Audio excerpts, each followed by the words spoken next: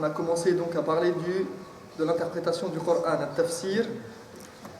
On avait montré l'importance de cette matière et de ce domaine. Et on avait expliqué le fait que le tafsir, le commentaire du Coran, était un impératif pour la Ummah, pour la communauté de Muhammad, puisque Allah tabaraka wa ta'ala ne cesse de nous appeler et nous amener et nous convier à méditer sur le Coran lorsqu'il dit Afala yatadabbaruna al-Qur'an, par exemple, ne médite-t-il pas sur le Coran? Et on avait dit que les premières générations parmi les musulmans, eh bien, ils avaient pour habitude de s'intéresser en tout premier lieu au sens des versets du Coran. Et c'est ce que, en général, nous essayons de faire, tout un chacun parmi nous. Sauf que, à la différence, ils avaient plus tendance et ils avaient plus le réflexe d'aller demander directement aux savants parmi eux, aux grands, ceux qui avaient la connaissance, afin de pouvoir mettre en pratique directement ces enseignements. Et j'avais cité la parole de Cheikh al-Islam ibn Taymiyyah, rahimahullah, qui disait que de manière générale, personne ne peut étudier un livre dans une discipline quelconque, qu'il s'agisse de la médecine ou de l'arithmétique, sans aller chercher l'explication, sans aller demander l'explication aux spécialistes du domaine. Et il disait, ceci est valable pour les domaines les plus insignifiants et peut-être même les moins utiles, ou alors même pour certains domaines qui peuvent être utiles dans ce bas monde, dans notre quotidien. Mais il disait, donc si c'est valable pour ça, alors que dire de la parole d'Allah subhanahu wa ta'ala, dont dépend le salut des musulmans et des hommes sur terre, leur réussite, leur bonheur, leur religion, l'accomplissement de leurs pratiques religieuses et l'organisation de leurs affaires ici-bas. Il est donc du devoir des savants d'enseigner ce que contient le Coran, que ce soit oralement, en l'expliquant directement, en expliquant le sens des versets lors de cours ou de conférences, ou bien par écrit en faisant des commentaires du Coran, ainsi que le montre le verset où Allah dit وَإِذْ أَخَذَ اللَّهُ مِيثَاقَ الَّذِينَ أُوتُوا الْكِتَابَ لَتُبَيِّنُنَّهُ لِلنَّاسِ وَلَا تَكْتُمُونَهُ.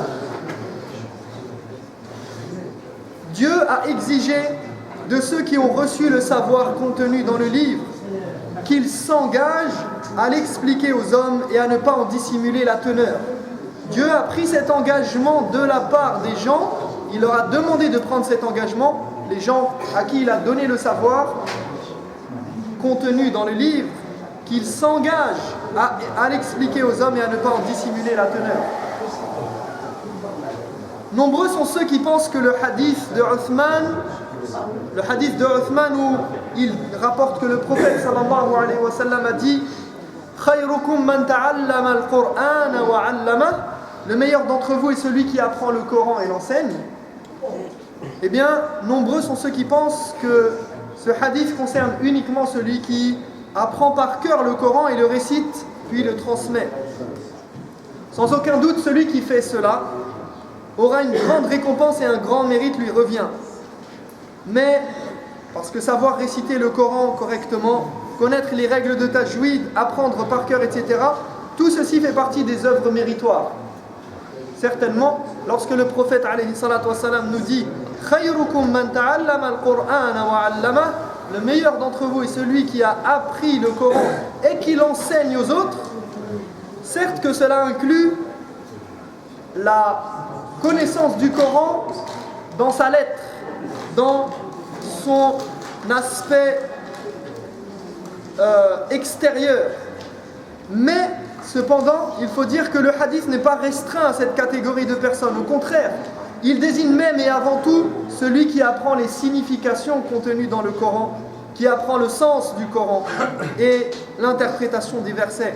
Ceux qui ont reçu ce savoir sont donc censés le transmettre ils doivent expliquer aux gens ce que contient le Coran, et c'est un engagement qu'Allah a pris d'eux. Alors quel est le but à travers l'étude du commentaire du Coran? Alors, nous disons que le but à travers cet apprentissage ou à travers cet approfondissement de la connaissance, c'est de renforcer notre conviction premièrement de la véracité de ce que le Coran contient.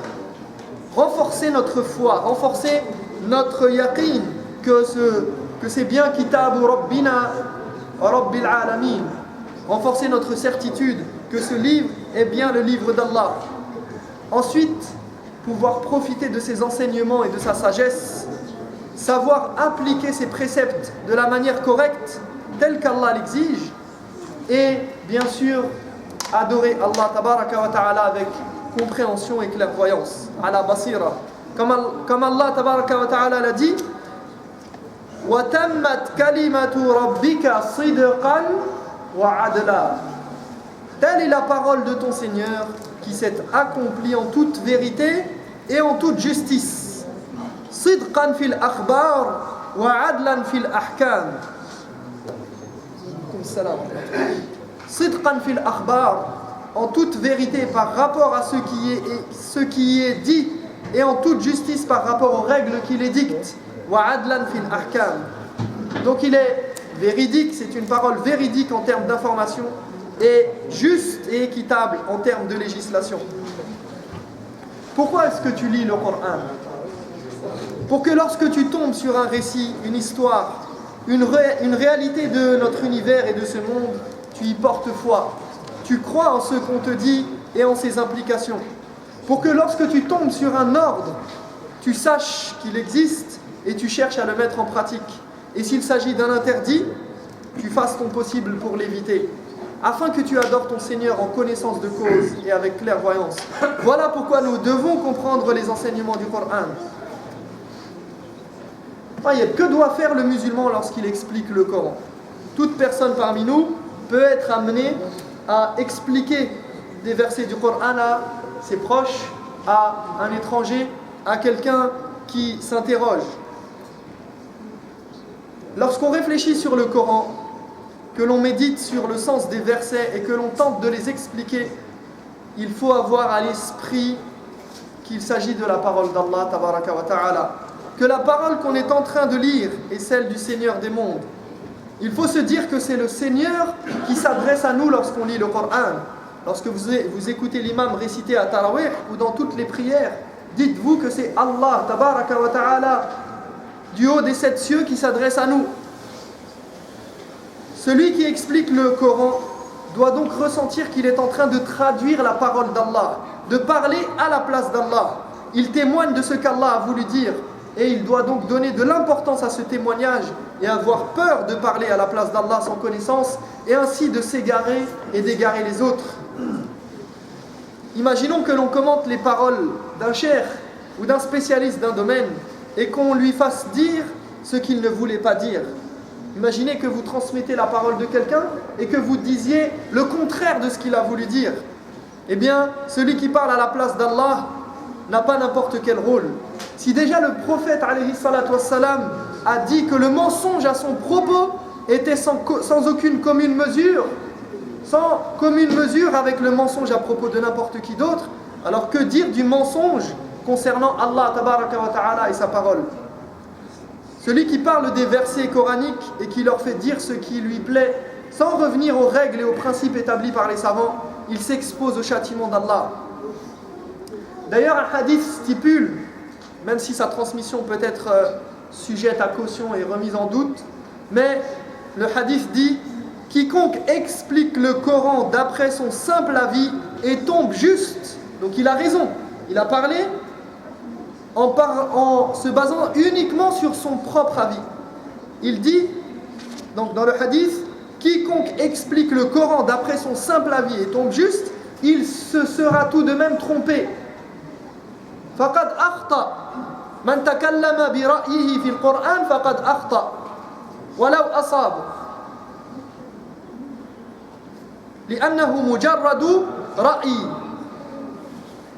s'il se base simplement sur son avis personnel, sans revenir à des règles, sans revenir à des fondements, sans revenir à une connaissance préalable, eh bien même s'il dit la vérité, même s'il avait raison dans son jugement, eh bien il est considéré comme ayant été en tort. Dans une autre version du hadith, celui qui donne son avis en expliquant le Coran, qu'il prenne sa place en enfer. Man takallama bi ra'yihi fil Qur'an falyatabawwa maq'adahu minan nar. Mais ici, il faut distinguer deux types d'avis. Il y a l'opinion blâmable et l'opinion louable. Il y a deux types d'avis. Comme l'a dit Al-Qurtubi, rahimahullah, le type d'opinion que le prophète sallallahu alayhi wa sallam a blâmé est de plusieurs sortes. Par exemple, une personne a des connaissances, mais elle utilise les versets pour justifier ses croyances déviées et déviantes. Elle sait que le verset n'a pas pour but de soutenir son idée, mais elle l'utilise quand même. Une autre personne utilise un verset sans savoir que celui-ci n'a rien à voir avec ce pourquoi elle l'utilise. Une troisième parle comme cela lui plaît, comme elle l'entend, et voit les choses sans aucun fondement, sans aucune règle pour encadrer son propos. Toutes ces personnes qui commentent les paroles d'Allah de cette manière, en se basant sur leur simple opinion, sont blâmables et commettent un péché. Bien évidemment, vous allez me dire, mais comment on fait alors? Parce qu'il y a bien, à un moment donné, on va donner son avis sur le Coran. Les mufassiroun, les commentateurs, ils ont donné leur avis. Eh bien, effectivement, celui qui donne son opinion, mais maintenant en se basant sur les règles de la langue arabe.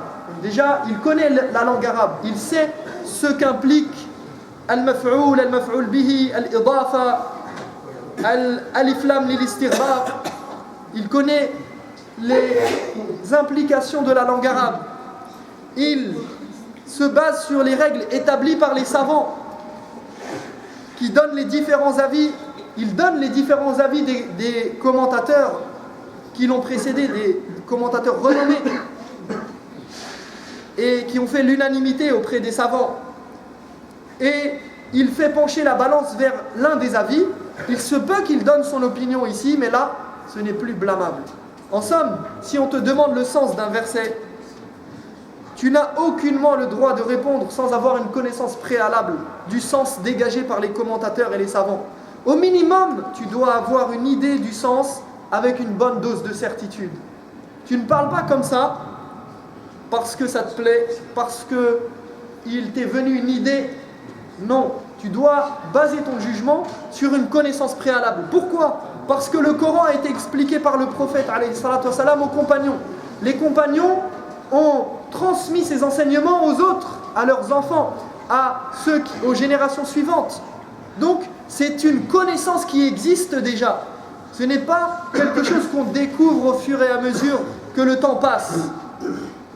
Alors bien sûr, ici, il faudra faire des distinctions entre at-tafsir, at-ta'wil, at-tadabbur, at-tafakkur, wal-istinbat.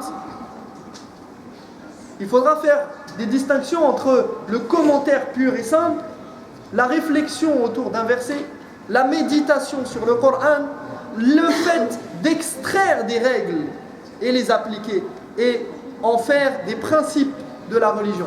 Tout ceci ne rentre pas dans le même cadre. Mais une chose est sûre, c'est que celui qui parle à la place d'Allah sans aucune connaissance préalable risque d'être châtié au jour de la résurrection. Comme le dit Allah, et écoutez bien ce verset dans Surat Al-A'raf.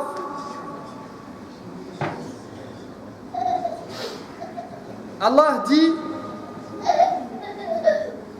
قل إنما حرم ربي الفواحش ما ظهر منها وما بطن والإثم والبغي بغير الحق وأن تشركوا بالله ما لم ينزل به سلطانا.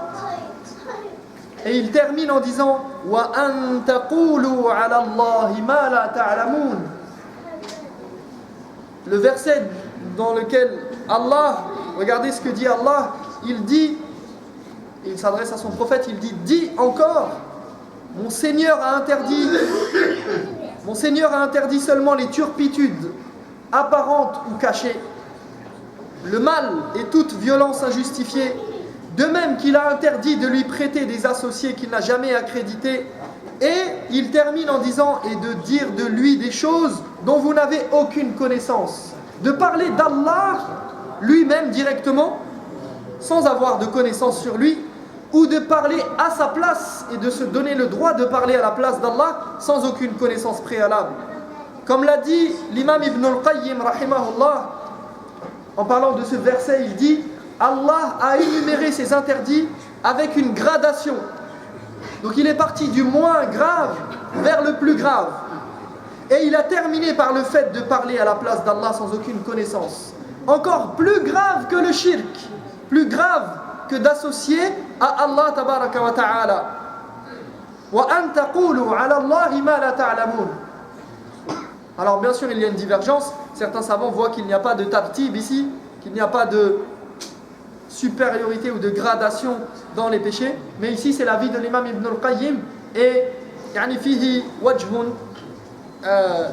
في هذا الباب لأنه يعني قال parce que Allah tabaraka wa ta'ala ici il commence par les péchés apparents et cachés.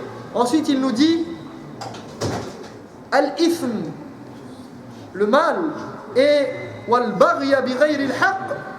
Ensuite, il dit toute violence injustifiée, le fait de causer du tort à quelqu'un sans aucune raison valable. Et ensuite, il arrive à wa an tushriku billahi ma lam yunazzil bihi sultana. Il arrive au péché par excellence, le grand péché par excellence, ash-shirk, et wa an taqulu ala Allahi ma la ta'lamun. وقال تعالى ويوم القيامة ترى الذين كذبوا على الله وجوههم مسودة أليس في جهنم مثوى للمتكبرين. Le jour de la résurrection, ceux qui auront menti sur le compte d'Allah apparaîtront le visage noir d'épouvante. Jahannam, le feu de l'enfer, la géhenne, ne constitue-t-elle pas un asile pour les orgueilleux, nous dit Allah. Et il a considéré ça comme de l'orgueil, parler à la place d'Allah tabaraka wa ta'ala sans avoir aucune connaissance. Et bien évidemment ce verset là inclut dans le mensonge sur Allah, il y a le fait de parler à sa place sans connaissance. Inch'Allah, on passera au prochain cours aux moyens pour expliquer le Coran, quelles sont les sources, quelles sont les références et quels sont les grands principes. Nas'alullah tabaraka wa ta'ala an يتقبل منا صالح الأعمال. نكتفي بهذا القدر. سبحانك اللهم وبحمدك أشهد أن لا إله إلا أنت أستغفرك وأتوب إليك.